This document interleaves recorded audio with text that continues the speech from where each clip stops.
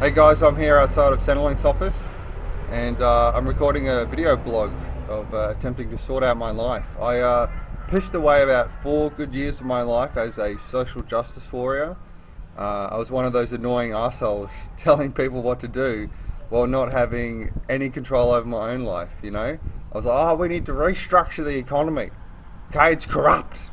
I can't even not eat chocolate if it's in my house. What the fuck am I telling other people how they should live their lives, you know? Yeah, I was an anarchist for about 4 years, and you know, I thought I was like Neo in the Matrix, trying to wake people up. But I'm pretty sure when I watched the movie The Matrix, Neo wasn't getting like benefit payments from the machines in order to be able to fight the machines. So I'm 28, living at home, which is just so good. Makes me feel really good about myself. You know? And chicks love that. Women, they're into that, you know? Like, I used to be a feminist, but feminism does nothing, doesn't give you anything practical if you're a dude. Do you know what I mean? Oh, male power, male privilege, where? It's like, really? Really? Well, am I going to change babies' diapers with Centrelink forms?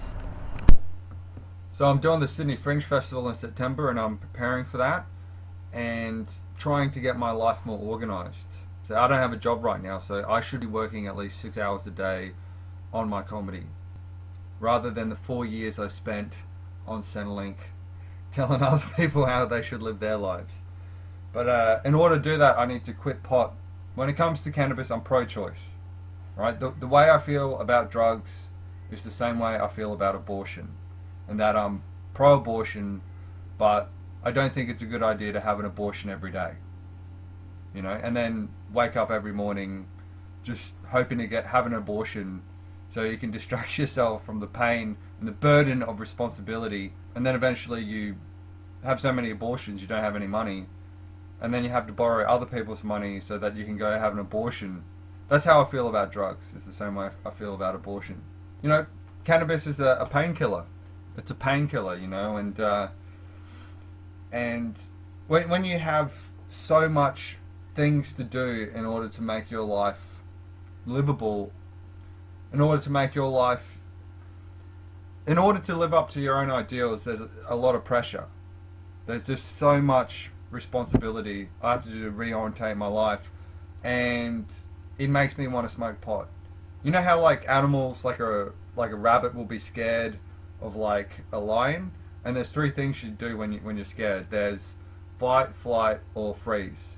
And because we're smarter than other animals, we can perceive threats through time.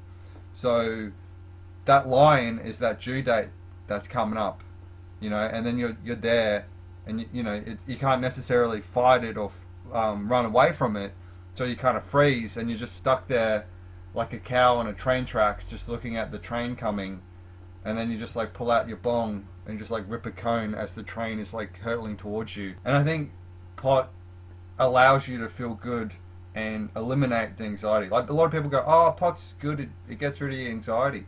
Yeah, why are you anxious? Maybe it's because you're not doing the things you need to do because you're smoking too much fucking pot.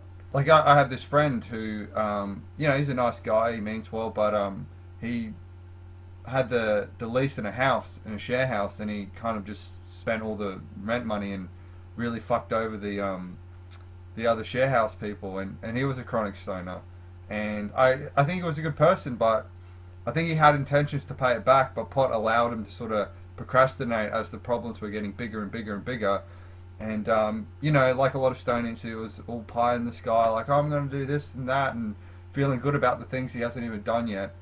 And he, yeah, I was sort of like trying to call him one day. Like I didn't know what was going on. I thought his life was fine, and I tried to call him one day. I'm like, oh, hey man, what's going on? And he's like, oh yeah, oh mate, yeah, it's good, mate. You know, I'm just out here in the country picking fruit. Oh, okay. Oh, oh, I'm just out here in the country working. Yeah. Oh, what happened? I thought you were gonna. I thought you had a job and stuff, and I thought you were working at the markets. Oh yeah, mate. Yeah, no, it's fine. Yeah, just got to work real hard, mate. Oh, okay. Well, what do you got to? oh yeah, you got to pay off some bills, do you, man? It's like, yeah, yeah, yeah. Oh, what's that going to take you a couple of weeks? It's like, 6 months to a year. And I'm like, oh fuck, you know. And like, you just the little webs of lies just spreading and tangled until it just collapsed on himself, and now he's kind of on the run from the law. Good luck to him. Good luck to him. But yeah, I don't want to be that dude. You know, I'm not against you smoking pot. If your life's organised and you're doing all the shit you need to do, you know, why not get stoned and watch some fucking movies or cartoons or whatever the fuck you want to do. Alright? But not for this guy. Right? I got other shit to do. So this video blog is, I'm going to document myself preparing for the Fringe show, and then try and interview people about things like ideology and addiction and drugs and self-control and all that kind of stuff. So the plan is for the next 6 hours to work on comedy. Every 1.5 hours I get like a 10-minute break. So it's 4 p.m. now.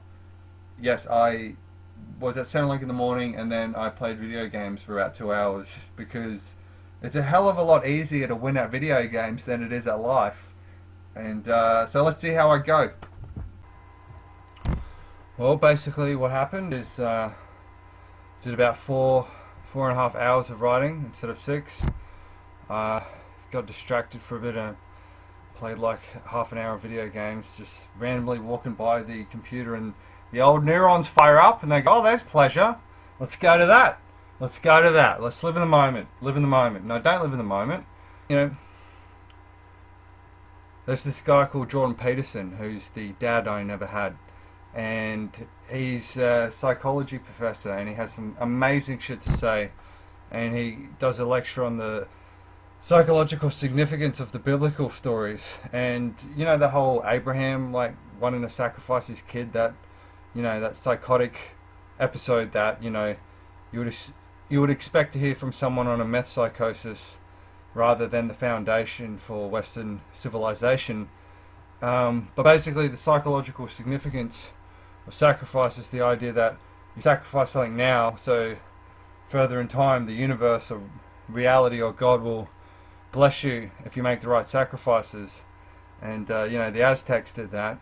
They sacrificed virgins because they thought the sun wouldn't come up. And you know, I'm not about to sacrifice any virgins, although if it would help my comedy career I would probably do it. But you know, there's reason to believe doing these things would help my comedy career. And then for about 2 hours, at about 10 o'clock, I pissed away the time. I'm playing video games, and then I was like, fuck this. And so I went for about a 5k run, and I did 50 push-ups and 50 squats, and that's day one. That's day one.